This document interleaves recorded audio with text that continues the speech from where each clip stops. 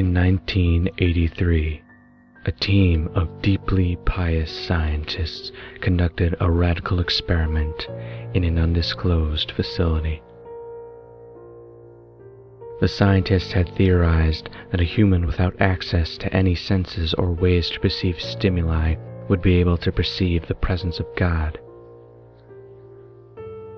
They believed that the five senses clouded our awareness of eternity, and without them, a human could actually establish contact with God by thought.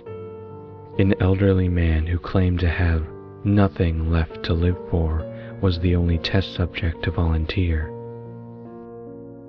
To purge him of all his senses, the scientists performed a complex operation in which every sensory nerve connection to the brain was surgically severed. Although the test subject retained full muscular function, he could no longer see, hear, taste, smell, or feel.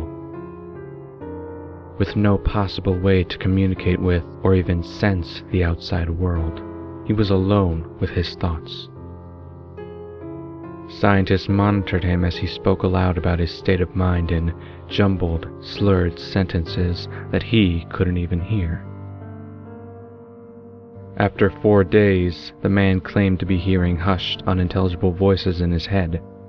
Assuming it was an onset of the psychosis, the scientists paid little attention to the man's concerns.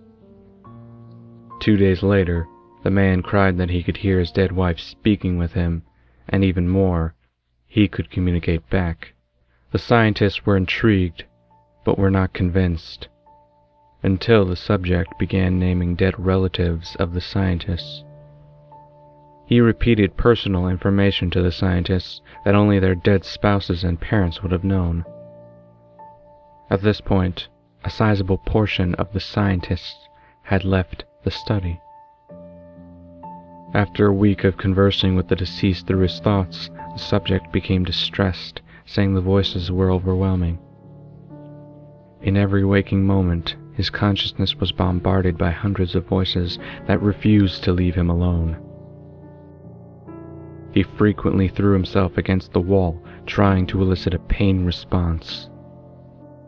He begged the scientists for sedatives so he could escape the voices by sleeping. This tactic worked for 3 days, until he began having severe night terrors. The subject repeatedly said that he could see and hear the deceased in his dreams. Only a day later, the subject began to scream and clawed his non-functional eyes, hoping to sense something in the physical world. The hysterical subject now said that the voices of the dead were deafening and hostile, speaking of hell and the end of the world. At one point, he yelled, "No heaven! No forgiveness," for 5 hours straight. He continually begged to be killed, but the scientists were convinced that he was close to establishing contact with God. After another day, the subject could no longer form coherent sentences. Seemingly mad, he began to bite off chunks of flesh from his arm. The scientists rushed into the test chamber and restrained him to a bed so he could not kill himself. After a few hours of being tied down, the subject halted his struggling and screaming. He stared blankly at the ceiling as teardrops silently streaked down his face. For 2 weeks, the subject had to be manually rehydrated due to the constant crying.